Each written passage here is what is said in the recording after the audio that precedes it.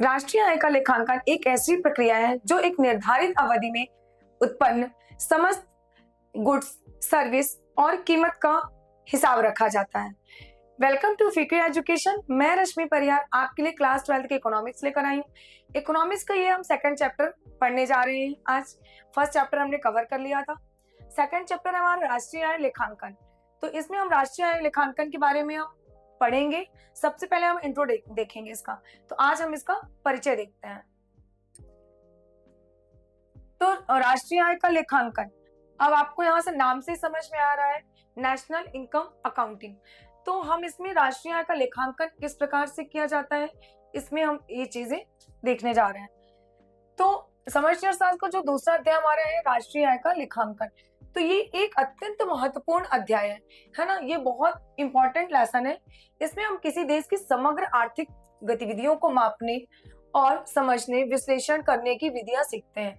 अब ये महत्वपूर्ण क्यों है, ये इंपॉर्टेंट क्यों है? क्योंकि हम देश के जो हमारे समग्र आर्थिक गतिविधियां हैं, संपूर्ण गतिविधियां, उनको मापना है ना, उनका आकलन करना, उनका पता लगाना, उनका विश्लेषण करना, इसमें हम इन विधियों को सीखते हैं।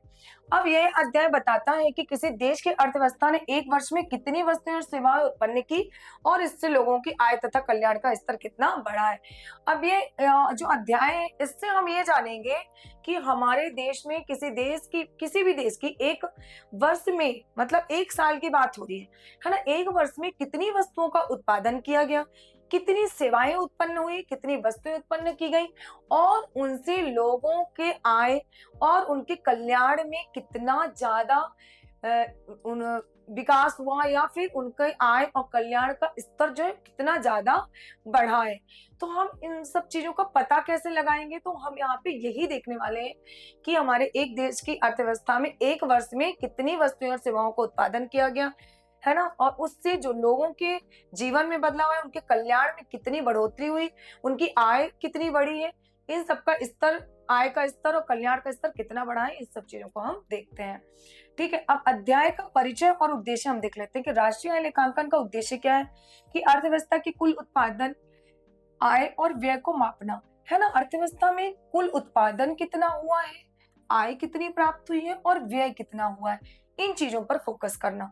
ठीक है, तो लेखांकन हमारा जो है इसी पर आधारित रहेगा कि हमारे देश में उत्पादन कितना हुआ, फिर उस आय कितनी प्राप्त हुई उस उत्पादन से, और हमने व्यय कहाँ कहाँ किया, इसको मापना है।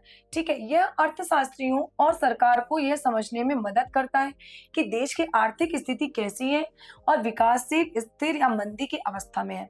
ठीक है, अब ये देखिए, मापते जब हम किसी चीज का आकलन करते हैं, माप रहे हैं, पता लगाएंगे, तो हमें ये तो पता चलेगा, हम इसलिए माप रहे हैं भाई कि हमें पता तो चले, अर्थशास्त्रियों को पता चले, सरकार को पता चले, और सरकार की समझने में मदद करता है कि हमारे देश की आर्थिक स्थिति कैसी है ना, किस प्रकार की, भाई अच्छी है या फिर सामान्य है या फिर अच्छी नहीं है, विकासशील है, स्थिर है या मंदी की स्थिति मंदी आ गई हमारे देश में, या फिर स्थिरता आ गई है, विकासशील रुक गया है ना, या बहुत नीचे चला गया है, या विकासशील है। तो ये सारी अवस्थाओं का पता हम इसके द्वारा ही लगा सकते हैं।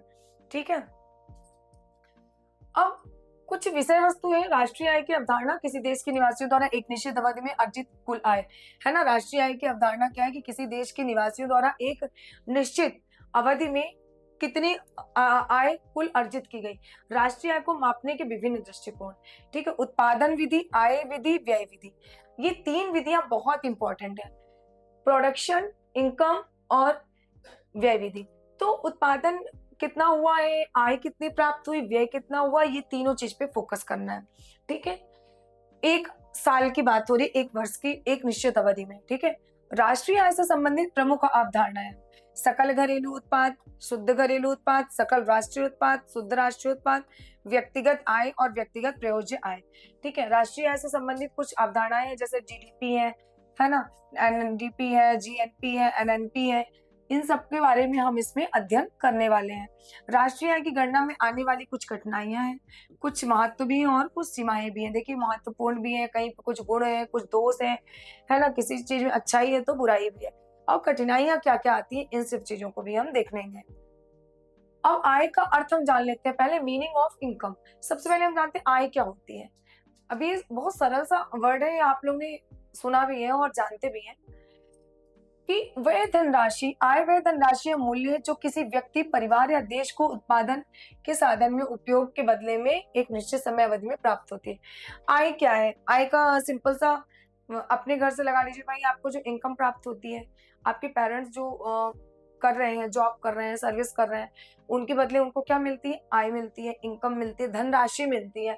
ये सब चीज एक ही है। तो धनराशि है मूल्य जब हम देश के उत्पादन के साधन में उपयोग के बदले, है ना, जब हमें कोई निश्चित समय में अवधि में प्राप्त होती है। सरल भाषा में अगर देखें तो आय वह प्रतिफल है जो व्यक्ति को अपने कार्य, पूंजी, भूमि या उद्यम के बदले प्राप्त होता है। ठीक है, सरल शब्दों में अगर हम देखें तो देखिए क्या होता है, व्यक्ति को अपने का, व्यक्ति कोई कार्य करता है, अब वो कार्य करता क्यों है? क्योंकि उससे इनकम प्राप्त होती है, उसे उसको पैसे मिलते हैं, है ना। उसने कोई पूंजी लगाई है, उसके बदले उसके पैसे, भूमि या उद्यम के बदले भी उसको आय प्राप्त होती है। उसने कोई बिजनेस किया है, भूमि खरीदी है, फिर उसको डबल मतलब फिर इन्वेस्टमेंट किया है भूमि में, फिर उसको बेच रहे हैं आगे चलकर फ्यूचर में। तो सब चीजें जो भी व्यक्ति कर रहा है वो इनकम के लिए ही कर रहा है, आय प्राप्त करने के लिए ही कर रहा है। ठीक है, तो जो वह प्रतिफल है जो व्यक्ति को अपने कार्य के लिए मिलता है। मजदूरी, मजदूर को मिलने वाली मजदूरी। अब देखिए यहाँ पे हम उदाहरण ये देख रहे हैं कि इनकम तो मिल रही है, किसको कैसे मिल रही है ये हम देख रहे हैं कि देखिए मजदूर को क्या होता है, मजदूरी मिलती है, पूंजी लगाने वाले को ब्याज इंटरेस्ट मिलता है, भूमि से मिलने वाला किराया रेंट हो जाता है, व्यवसायी को मिलने वाला लाभ प्रॉफिट हो जाता है। इन सबको मिलाकर आय कहा जाता है। ठीक है, अब मजदूर जब मजदूरी करता है तो उसको क्या मिलती है? मजदूरी मिलती है। और मान लीजिए पूंजी लगाने में हमने पूंजी लगाई है, हम उसके बदले क्या लेंगे? ब्याज लेते हैं, तो हमें ब्याज प्राप्त होता है। हमने किसी को उधार दिया है, फिर हम उसका डबल करके लेते हैं तो इंटरेस्ट हो गया। भूमि से मिलने वाला किराया, भूमि हमने दी है किराए पे तो रेंट मिलेगा हमें। व्यवसायी जो है वो सब कुछ लगा रहा है तो उसे लाभ मिलेगा, प्रॉफिट मिलेगा, पूरा वो व्यवसाय ही चला रहा है। और इन सबको मिलाकर जो आय कहा जाता है, क्या कहा जाता है? आय, इनकम। ठीक है, ये जितनी भी चीजें इनको मिलाकर क्या कहा जाता है? आय। आय किसी व्यक्ति या राष्ट्र की आर्थिक स्थिति को मापती है। जितनी अधिक आय होगी उतनी ही उस उत्पादन क्षमता, उपभोग और जीवन स्तर ऊंचा होगा। ये तो बिल्कुल फैक्ट बात है कि भाई जिस व्यक्ति की आय जितनी अच्छी होगी उसका जीवन स्तर उतना ही अच्छा होगा, है ना। अब यहाँ पे ये बताया गया है कि आर्थिक स्थिति की माप इसलिए होती है कि जितनी अधिक आय होगी उतनी उस उत्पादन क्षमता, उपभोग करने की क्षमता, मतलब वो ज्यादा से ज्यादा उत्पादन करेगा, उपभोग भी बहुत ज्यादा। भाई आपके पास जितने पैसे आप उतनी वस्तुओं को खरीदेंगे, उतनी वस्तु खाने वाली खरीदेंगे, पहनने वाली खरीदेंगे, उतना ही आप उपभोग करेंगे, है ना। उपभोक्ता कब उपभोग करता है ज्यादा? भाई अपनी इनकम के अनुसार करता है। भाई आपके पास पैसे ज्यादा है तो आप ज्यादा वस्तु खरीदेंगे, ज्यादा खाने पीने पे खर्च करेंगे, कम है तो नहीं करेंगे, कम है तो उसके हिसाब से करेंगे। तो यही बताते हैं यहाँ पे कि जितनी अधिक आय होगी आप उतना उत्पादन भी करेंगे, उपभोग भी करेंगे और आपका जीवन स्तर भी बहुत अच्छा होगा और ऊंचा होगा। तो ये आय पर डिपेंड करता है। अब आय का चक्रीय प्रवाह क्या है? Circular flow of income. आय का चक्रीय प्रवाह का अर्थ है कि अर्थव्यवस्था में आय, उत्पादन और व्यय का निरंतर घूमता हुआ प्रवाह। प्रवाह क्या होता है? फ्लो बना रहता है कि घूमता रहता है ना, वो स्थिर नहीं होना चाहिए, प्रवाह चलते रहना। अर्थव्यवस्था में आय, उत्पादन और व्यय का निरंतर घूमता हुआ प्रवाह, क्योंकि आय और उत्पादन और व्यय ये तीनों चीजें क्या है? घूमती रहती हैं। यह दर्शाता है कि उत्पादक, प्रोड्यूसर जो है और उपभोक्ता, कंज्यूमर एक दूसरे पर कैसे निर्भर है। अब ये बताता है कि जो उत्पादक है, प्रोड्यूसर, और उपभोक्ता जो भोग करने वाला है, कंज्यूमर, एक दूसरे पर कैसे डिपेंड है, कैसे निर्भर है, किस प्रकार धन, मनी अर्थव्यवस्था में घूमता रहता है। और जो हमारी अर्थव्यवस्था में किस प्रकार से जो हमें आय प्राप्त होती है, मनी है, वो किस प्रकार से एक जगह से दूसरी जगह किस प्रकार से ट्रांसफर होती रहती है, किस प्रकार से घूमती रहती है। भाई हमें पैसे मिले, हमने उसे दिया, उन्होंने वहां दे दिया, फिर उसने उसे जो जो जरूरत थी उसने वो खरीदा, हमने दुकान वाले से सामान खरीदा, खाने पीने का पैसे, अब उसे कुछ और जरूरत है, उसने कहीं से कुछ और अपने लिए खरीदा। तो इस प्रकार से जो ये पैसे का प्रवाह है, मनी का प्रवाह है, वो चलता रहता है, वो एक फ्लो बना रहता है। सब अपनी अपनी जरूरत के हिसाब से सामान खरीदते रहते हैं। हमें जिसकी जरूरत है, दुकानदार को किसी और चीज की जरूरत है, फिर उसने जिससे खरीदा उससे और किसी की जरूरत। तो ये पैसे का जो आदान प्रदान है वो एक जगह से दूसरी जगह चलता रहता है। अर्थ, जबकि परिवार जो है, हाउस होल्ड उत्पादन के साधन उपलब्ध कराते हैं और बदले में आय प्राप्त करते हैं, तथा वहीं आय वे वस्तुओं और सेवाओं की खरीद पर खर्च करते हैं। तो इस आय और व्यय को जो निरंतर चक्र चलता है उसे आय का चक्रीय प्रवाह कहा जाता है। यहाँ मतलब कि परिवार के उत्पादन के साधन जो उपलब्ध होते हैं, बदले में आय प्राप्त। अब भाई हमें सब चीज के बदले क्या प्राप्त होती है? आय प्राप्त होती है, पैसे मिलते हैं। तो वहीं आय, व्यय और वस्तुओं और सेवाओं। अब हमने मान लीजिए आप नौकरी कर रहे हैं, आपके पेरेंट्स जो पैसे कमा रहे हैं जॉब करके, सर्विस करके, तो उसके बाद जो पैसे मिलते हैं फिर आप क्या करते हैं, उसको खर्च करते हैं, अपनी जरूरतों के सामान खरीदते हैं। तो जो जो चीजों की आपको जरूरत है वहां पे जाके आप खर्च करते हैं। तो इस आय और व्यय जो आपको मिला और जहां पे आप व्यय कर रहे हैं, जो निरंतर चक्र जो है वो चलता रहता है। पैसा स्थिर नहीं रहता आपके पास, वही आपके पास आया है और वो चला भी जाएगा, क्योंकि आपको जरूरतें बहुत ज्यादा है, आवश्यकताएं बहुत ज्यादा है, और आप सब चीजों पे खर्च करते हैं, खरीद रहे हैं। तो पैसा आया है और वो कहीं ना कहीं हम जो चीजें खरीदते हैं, जिस पर व्यय करते हैं, वो खर्च होता रहता है। तो ये निरंतर चक्र जो है ये चलता रहता है, उसे ही आय का चक्रीय प्रवाह कहा जाता है। मुख्य घटक जो है परिवार क्षेत्र, यह श्रम, भूमि, पूंजी और उद्यम जैसे उत्पादन साधन प्रदान करता है, बदले मजदूरी, किराया, ब्याज और लाभ के रूप में आय प्राप्त करता है। श्रम है, भूमि है, पूंजी और उद्यम, ये जो उत्पादन के साधन है, उत्पादन का साधन प्रदान करता है, बदले में इससे क्या मिलता है? अभी मैंने बताया था भाई, मजदूरी, किराया, ब्याज। मजदूर को मजदूरी मिलता है, भूमिपति को किराया मिलता है ना, और जो पैसे इंटरेस्ट भूमि देता है किराए पर, पैसे देता है ब्याज पर, उसको ब्याज मिलता है, और लाभ जो ऑल ओवर सब चीजें चला रहे हैं उसको लाभ मिलता है। तो ये आय प्राप्त करता है इन चीजों के द्वारा। उद्यमी को लाभ मिलता है, श्रम को मजदूरी, भूमि को किराया और पूंजी को ब्याज, और उद्यमी को लाभ। ये चीज आपको बहुत अच्छे से याद रखनी है, ठीक है। तो उद्यम क्षेत्र जो फर्म्स हैं, प्रोड्यूसर हैं, सेक्टर है, यहाँ इन उत्पादन साधनों को उपयोग कर वस्तुएं और सेवाएं उत्पन्न करता है। अब यहाँ पे क्या किया जाता है कि वस्तु सेवा संसाधनों का उपयोग किया जाता है और वस्तुओं और सेवाओं को उत्पन्न किया जाता है, उन्हें परिवारों को बेचता है, और फिर वो परिवारों में इन चीजों को बेचते हैं। आय के प्रवाह की प्रक्रिया, परिवार अपने संसाधन, श्रम, भूमि, पूंजी, उद्यम उत्पादक क्षेत्र को प्रदान करते हैं। उत्पादक उन्हें इसके बदले में मजदूरी, ब्याज, किराया और लाभ के रूप में आय देते हैं, है ना। जैसा मैंने अभी बताया कि श्रम, पूंजी, भूमि, उद्यम, ये सब उत्पादक के क्षेत्र हैं, और मजदूरी मिलती है श्रम को, भूमि को ब्याज, और पूंजी को किराया, और उद्यमी को लाभ, इसके रूप में उन्हें आय प्राप्त होती है। परिवार उस आय का उपयोग वस्तुओं और सेवाओं को खरीदने के लिए कर, देखिए किस प्रकार से चक्रीय प्रवाह चल रहा है, किस प्रकार से वहां से पैसे यहाँ आए, यहाँ से पैसे उपभोक्ता ने कहाँ खर्च किए, वस्तुओं और सेवाओं को खरीदने के लिए खर्च कर दिए। इसके बाद उत्पादक को इन वस्तुओं और सेवाओं की बिक्री से राजस्व प्राप्त होता है। जो उत्पादक है, जब वस्तुओं और सेवाओं की बिक्री हुई, लोगों ने खरीदा, तो उससे राजस्व प्राप्त हुआ, जिससे वह पुनः उत्पादन करते हैं, ठीक है। फिर जिससे वो पुनः उत्पादन करते हैं, तो ये चक्रीय जो प्रवाह ये चलता रहता है। इस प्रकार आय, उत्पादन और व्यय का यह चक्र निरंतर चलता रहता है। यहाँ से मिला, वहां खर्च किया, वहां से फिर वहां चला गया, फिर से उत्पादन हुआ, तो ये जो चक्र है वो चलता रहता है। फिर चक्रीय प्रवाह का आरेख हम देख लेते हैं। परिवार क्षेत्र और आय, उद्यम क्षेत्र, है ना। एक परिवार क्षेत्र पर रहता है, एक उद्यम क्षेत्र पर।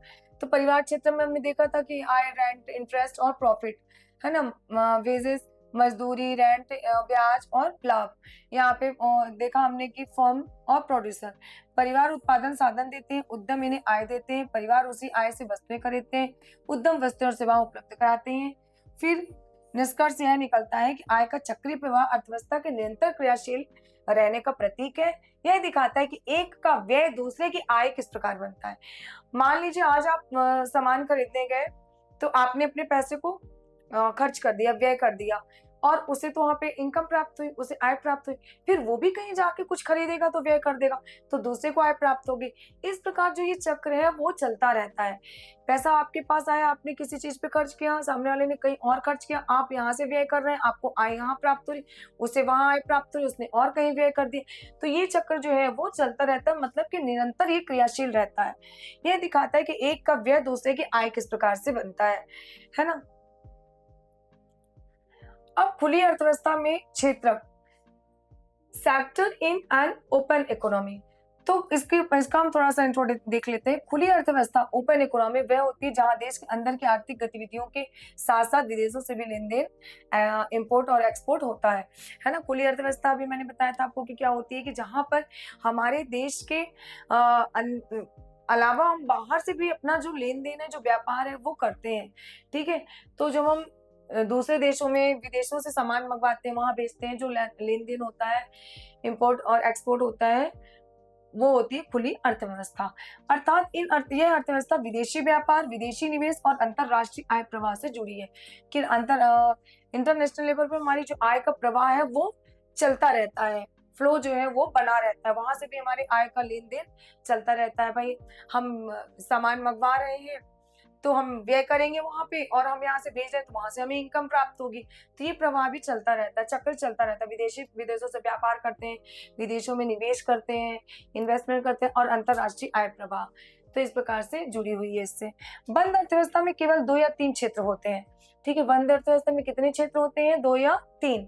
लेकिन खुली अर्थव्यवस्था में एक अतिरिक्त क्षेत्र, विदेशी क्षेत्र भी, फॉरेन सेक्टर भी शामिल होता है। तो हमने देखा कि बंद अर्थव्यवस्था में केवल कितने क्षेत्र होते हैं? 2 या 3।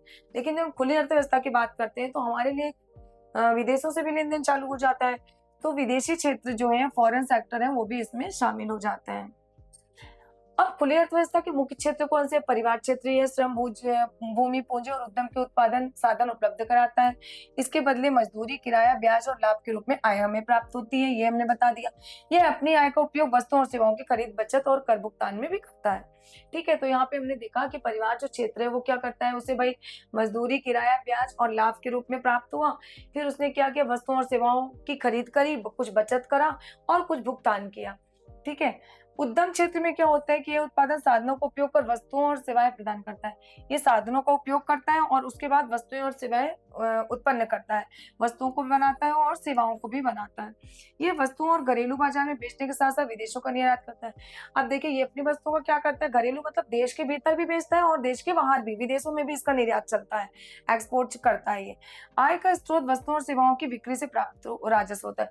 अब इनकी आय का स्रोत क्या हो सकता है? आय का स्रोत ये हो सकता है कि वस्तुओं और सेवाओं की बिक्री करते हैं, इनको बेचते हैं, तो उससे जो राजस्व प्राप्त होता है वो इनकी आय का स्रोत होता है। सरकारी क्षेत्र, गवर्नमेंट सेक्टर की यहाँ पे हम देखते हैं।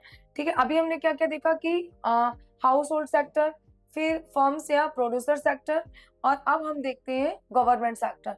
सरकार कर, अब सरकार को कहाँ से प्राप्त होती है इनकम? सरकार कहाँ से प्राप्त करती है वो हम देखते हैं यहाँ पे कि सरकार टैक्स लगाकर राजस्व प्राप्त करती है। जैसे कि पहले बताया कि सरकार को राजस्व कहाँ से प्राप्त, सरकार को इनकम कहाँ से मिलती, तो सरकार क्या करती है? टैक्स लगाती है, कर भारी मात्रा में लगाती है, जिससे उसको राजस्व प्राप्त होता है। अब कर भी अलग अलग रूप से लगता है। सार्वजनिक सेवाओं पर व्यय करती है, यह सार्वजनिक वस्तुएं जैसे सड़कों, स्कूल, स्वास्थ्य आदि निवेश करती है। सरकारी परिवार उद्यमों को अनुदान और अंतरण भुगतान भी देती है। अब सरकार, आपने देखा होगा, अक्सर सड़क बनवा रही है, बड़े बड़े हॉस्पिटल बनवा रही है, विद्यालय बनवा रही है, बहुत सारे स्कूल, स्वास्थ्य परीक्षण मतलब सेवाएं दे रही है, स्कूलों को बना रही है, सड़कें बनवा रही है, पुल बनवा रही है। तो ये सब सरकार कहाँ से पाएगी? पैसे उसको कहाँ से मिलते हैं? इनकम कहाँ से प्राप्त होती है इन पर खर्च करने? तो उसे भी वो पब्लिक से ही लेती है, पब्लिक पे ही टैक्स लगाती है। जो ज्यादा अमीर लोग हैं, जिनके पास ज्यादा पैसा, उनके पास ज्यादा टैक्स लगाती है और उनसे कर वसूलती है। तो इस प्रकार जो गवर्नमेंट के पास पैसा आता है वो सार्वजनिक कार्यों में ही लगाती है। हमारे लिए सड़कें बनवाना, स्कूल बनवाना, स्वास्थ्य सेवाएं देना, हॉस्पिटल खुलवाना, तो ये आदि चीजों पर सरकार निवेश करती है।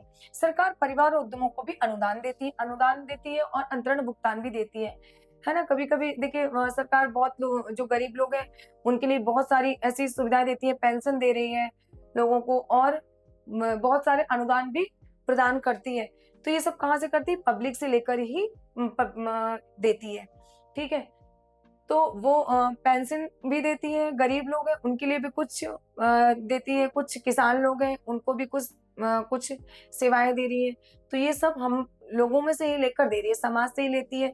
जो बड़े बड़े लोग हैं उनके ऊपर कर ज्यादा लगाती है, जो ज्यादा अमीर है, जो ज्यादा उद्योगपति हैं बड़े बड़े, सब पे कर लगाकर उनसे ही राजस्व वसूलती है, कर वसूलती है और फिर सार्वजनिक कार्यों में इन पैसों को लगाती है। विदेशी क्षेत्र, जो फॉरेन सेक्टर है, खुली अर्थव्यवस्था की सबसे महत्वपूर्ण विशेषता है। इसमें देश का निर्यात, एक्सपोर्ट और आयात इंपोर्ट दोनों ही शामिल होते हैं। विदेशी क्षेत्र जो है, फॉरेन सेक्टर में क्या होता है कि जो खुली अर्थव्यवस्था है, इसमें देश का निर्यात और आयात दोनों शामिल होता है ना। देश का निर्यात भी किया जाता है और आयात भी। हम वस्तुओं का निर्यात भी करते हैं, और मतलब यहाँ से हम वस्तुएं बाहर भिजवाते हैं, निर्यात हो गया, और हमने वहां से सामान मंगवाया, वो आयात हो गया। तो दोनों चीज शामिल होती है।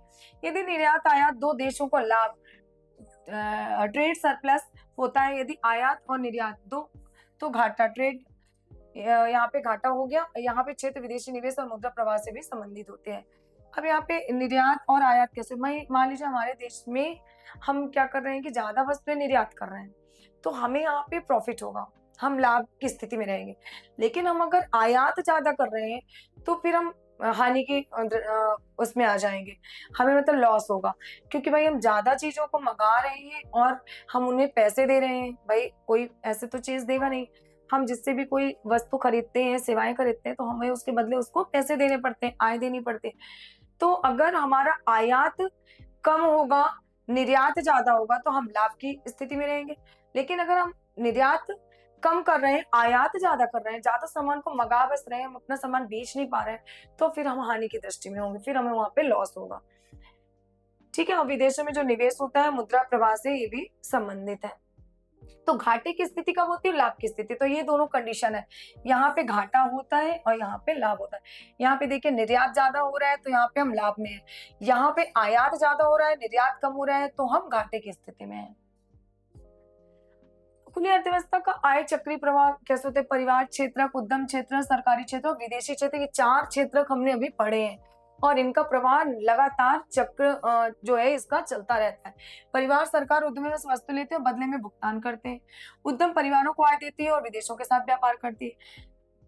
सरकार सभी से कर लेती है और विकास दर पर व्यय करती है। विदेशी क्षेत्र निर्यात आयात के माध्यम से आय के प्रवाह को अंतरराष्ट्रीय स्तर पर जोड़ता है। ये 4 तरह की चीजें और हमने चारों ये टॉपिक पॉइंट देख रहे हैं कि परिवार सरकार उद्यमों से क्या करती है, वस्तुएं लेते हैं और बदले में उन्हें क्या देती है, भुगतान करती है।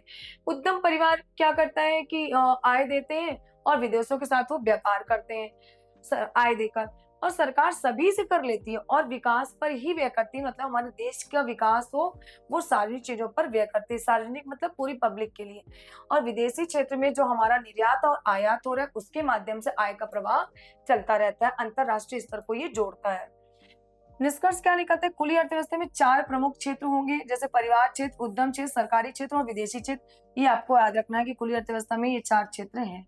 इन चारों को पारस्परिक संबंध से ही देश की राष्ट्रीय आय का चक्रीय प्रवाह पूर्ण और वास्तविक रूप से बनता है।